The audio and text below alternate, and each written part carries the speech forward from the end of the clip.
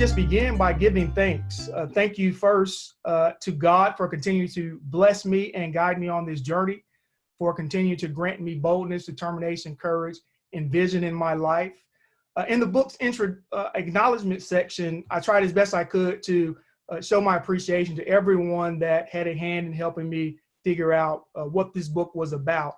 But let me just sort of thank a few people. Thank you first to the entire team at the University Press of Kentucky, especially acquisitions editor Ann Dean Dotson, who was acquisitions editor at the time, who made publishing my first book such a wonderful experience all around. The press was always transparent and responsive to all of my questions and concerns individually.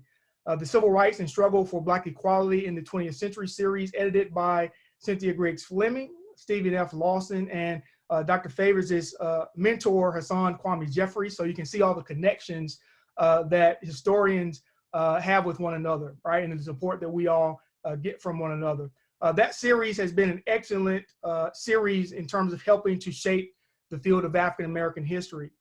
Also, thank you to my family, friends, and colleagues for your support and encouragement. I would especially like to thank my wife, Ebony Winford, who, even going back to my dissertation and drafts of the book, also has a PhD in psychology, gave me really good feedback from copy editing and just sort of lighting a fire under me when I was lagging a little bit in terms of getting the work done. Thank you also, finally, to the award selection committee and the sponsors of the Lillian E. Smith Book Award. And these include the University of Georgia Libraries, the Southern Regional Council, the Georgia Center for the Book, and the DeKalb Public Library at Piedmont and Piedmont College.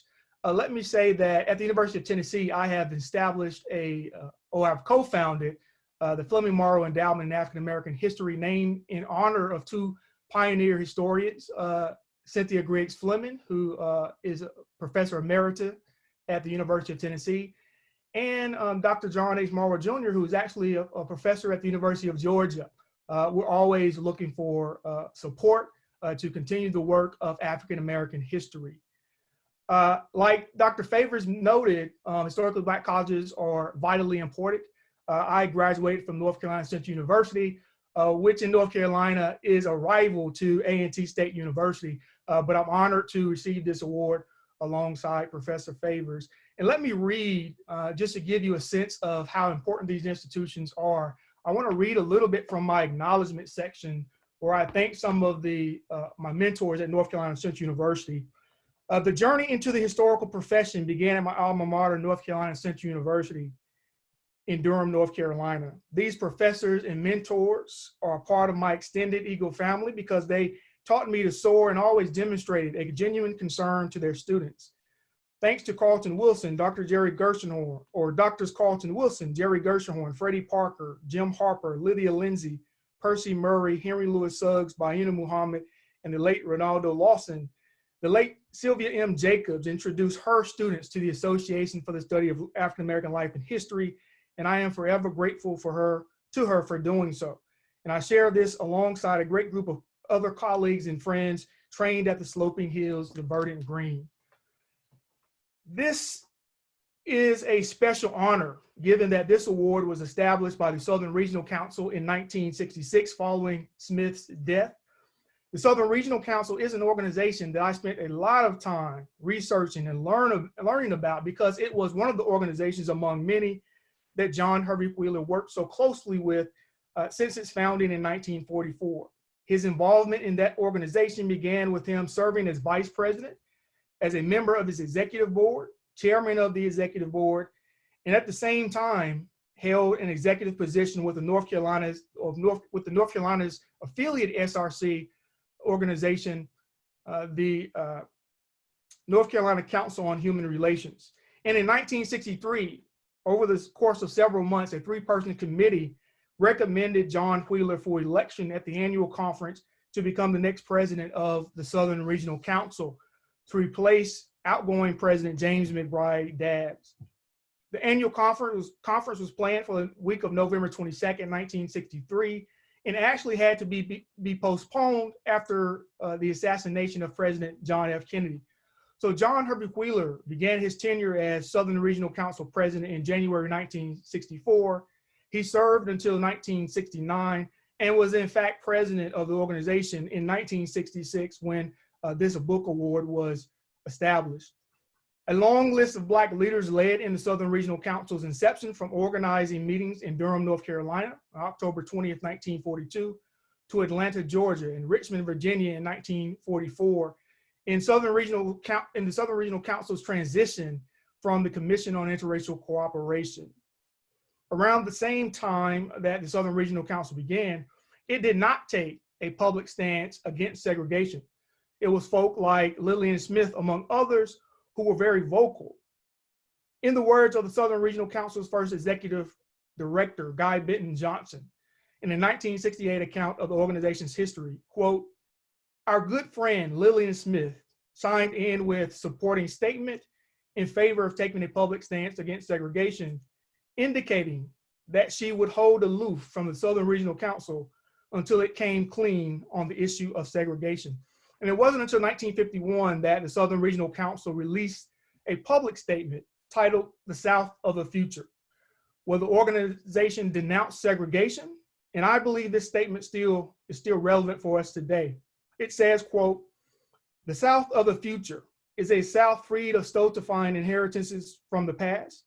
It is a South where the measure of a man will be his ability, not his race, where a common citizenship will work in democratic understanding for the common good, where all who labor will be rewarded in proportion to their skill and achievement, where all can feel confident of a personal safety and equality before the law, where there will exist no double standard in housing, health, education, and other public services." Through the Southern Regional Council, John Hervey Wheeler mentored people like Vernon E. Jordan Jr., the second director of the Voter Education Project, who thankfully was one of the individuals who wrote a blurb of the book, John Hervey Wheeler, Black Banking and the Economic Struggle for Civil Rights, alongside Drs. Charles W. McKinney Jr. and Jerry Gershonhorn.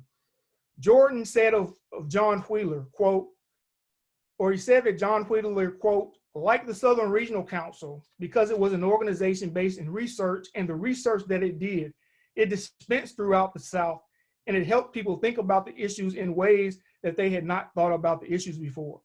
If one were going to be an advocate," Jordan continued, "you had to have information, and your information had to be accurate and right. And this advocacy by the council and his research had impact. In the last decade of his life, John Wheeler counseled that, quote, the best tactics are to work through the courts, become involved in politics, and use organized pressure. I didn't set out to write a book about civil rights and Black business history. In my naivete, I felt like civil rights history had already been done, right? But how untrue that was. John Wheeler was such a interesting figure to explore and learn about his life because at the height of the modern civil rights movement in the mid 20th century South, John Hervey Wheeler had his hands in everything related to civil rights and Black business history, right? He was a kind of a behind the scenes power broker, someone who was not necessarily out front in the ways that we tend to think about civil rights leadership. And so this book really only captures a small, very small crumb of Wheeler's larger story. And I was thankful that the Robert W. Woodruff Library at the Atlanta University Center, who received the collection, the John Hervey Wheeler papers in 1979. So from 1979 all the way through 2006, those papers had sat in the archives of the library. And it was in 2006 that I had the opportunity to begin to explore those materials. And the archives, the head archivist allowed me to go into the collection for the first time. And it was a 10-year period between 2006 and 2016 before those materials were fully processed and open to researchers. And so I was so very thankful to have the support of archives, especially our archives at our historically Black colleges and universities hold a significant amount of research and materials that are rich in helping us uncover and continue to tell these stories.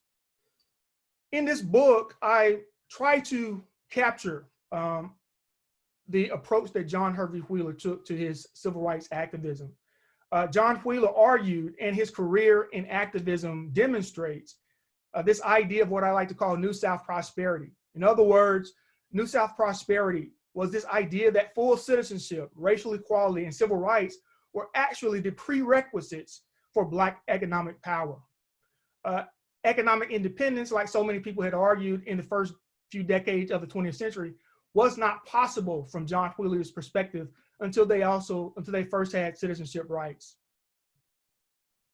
All right. More importantly, John Wheeler felt that Black economic power was crucial in order for the South to advance materially when compared to other regions. Wheeler navigated and sought to fulfill the ideas of New South prosperity through what I like to call Black business activism. He's used his economic sense as a Black banker, his legal skills as a civil rights lawyer to fight through the courts. He utilized organizational pressure and advocated Black political participation to bring about the kind of change he envisioned.